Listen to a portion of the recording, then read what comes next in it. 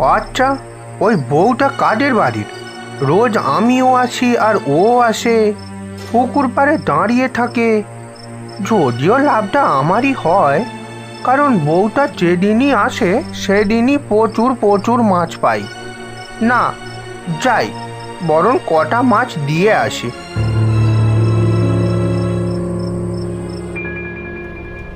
কে গো তুমি?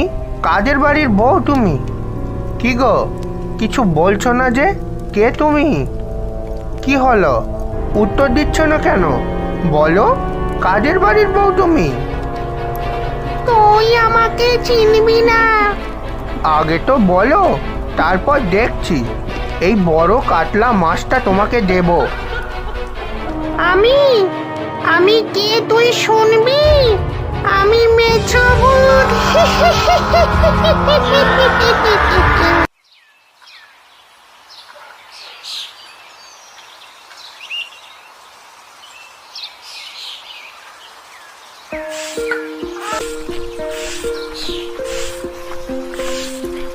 কি গো শকুন্তলা, এখনো তোর ঝাঁট দেয়া হলো না?